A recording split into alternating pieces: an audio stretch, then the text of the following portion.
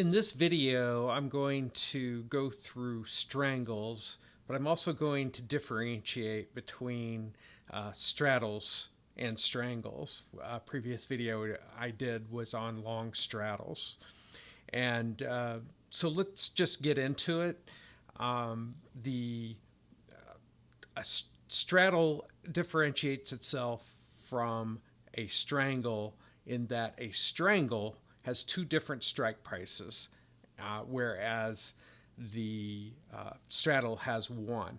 And one of the things you're going to discover is I may interchangeably use these, so I'm trying to be conscious of it.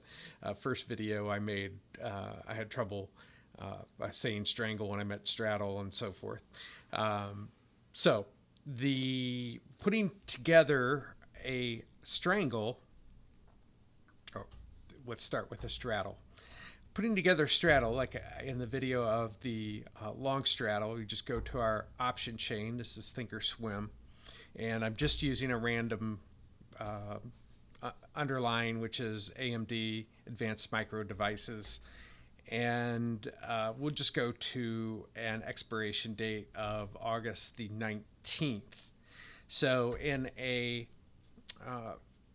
straddle, in a long straddle, you're going to buy a at the money, meaning close to the price. The price now is $98.15. I could have gone to 91, but it's closer to 90. And I'm going to buy a put. And so in the long straddle, you have basically your profit starts from the amount of your premium. So I'm selling these, so I'm receiving $11.50 or $1,150 for, or excuse me, I'm buying these contracts for $1,150, and the break-even points are then $11.50 from the current price of $90, and on each side. So it's got to move by August the 19th, $11.50 in order to just break even. So, these are the considerations, and one of the things that as I looked at, I think I used the DIA ETF, which is Dow Jones Industrial. I just as an example, and I said, boy, if I was to do this, I'd probably do a strangle.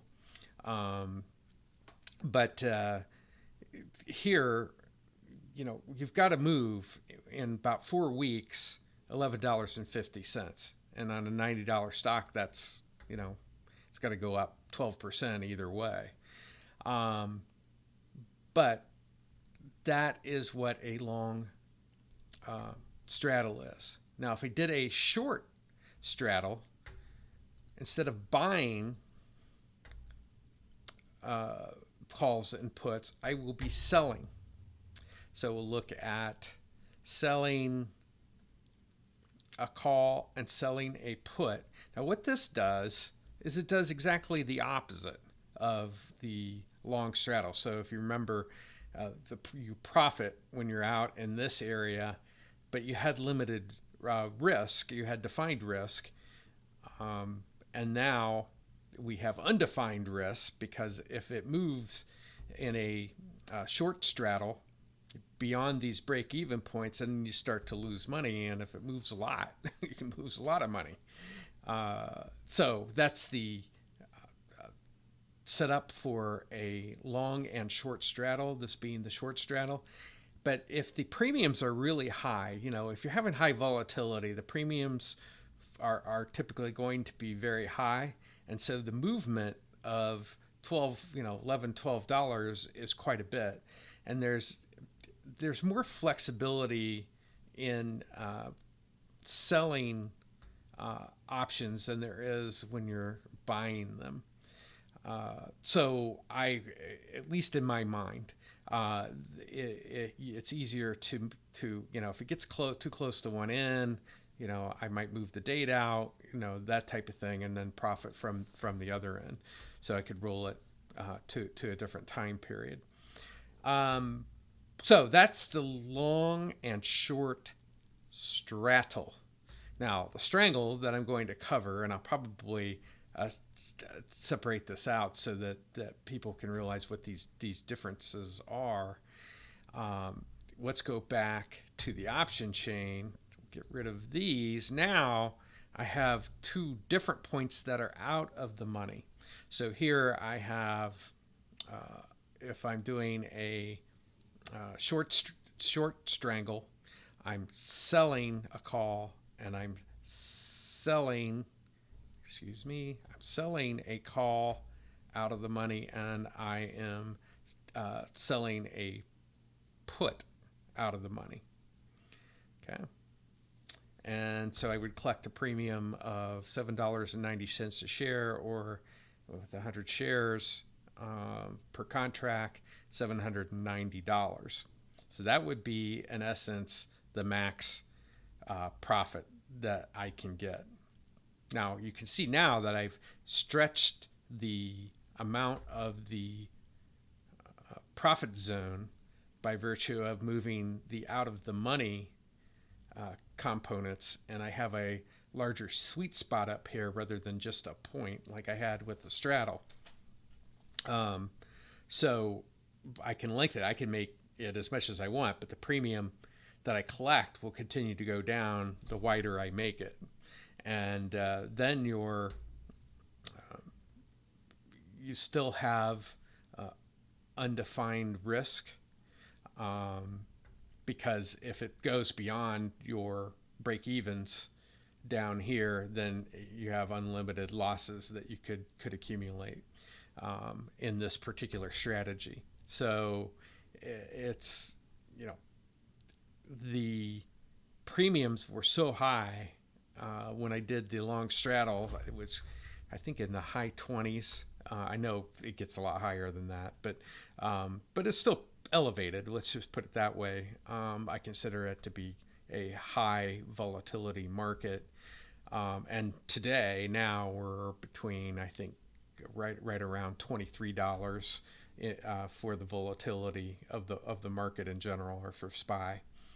And so you can stretch this out, but you're going to collect less premium associated with this environment. And you can tell once you get outside of the range in which you bought it that you collect less also. And a lot of these things will you're not going to necessarily be in this zone the whole time with the amount of volatility, but you can still make a decent profit off of it. So when I started to look at some of the things I had recorded earlier on straddles, I said, oh, well, maybe I would have done a strangle on that in that particular environment. Now, the long strangle, and I'll have to say, if I've done one of these, I don't even remember ever doing it. I'm going to buy an out of the money put and buy an out of the money call, approximately equidistance. It doesn't have to be perfectly. Let's say I did it here. Now here in this scenario, I'm going to have $6.23 per share on that contract. Yeah. So $6.23. I don't know why that's not centered.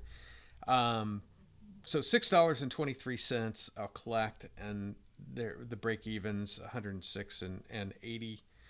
And now this is a scenario where doesn't make any sense, because I'm typically trying to get to the profit portion here, and why I would probably do a straddle in this particular scenario. Why would I want to widen my loss as opposed to widen my profit like I would do I'm sure there's a scenario, but I just these are strategies that I don't use very often. You know, I might use straddles and strangles maybe 5 to 10% of the time, and then I'll use back spreads if they're directional and I'm still trying to account for, you know, what if it drops, you know, which is kind of the environment that we're in right now in a bear market. So if it drops, I can still benefit, but I still have this kind of middle range with back spreads that where I'm not profitable. So that's the strangles, and like I said, I typically, if I'm going to do a strangle, it would be a short strangle. There are other things you can do, um, you know, iron condors and other things that I'm not going to get into in this particular video. But that's what I wanted to cover, and hopefully you pick up another tool that you see other uses for it. If you do, put something in the comments below, especially if somebody out there is using a long strangle with any success, or what's the scenario that you might be using it. So that's what I wanted to cover in this video, and remember, there is always a better way.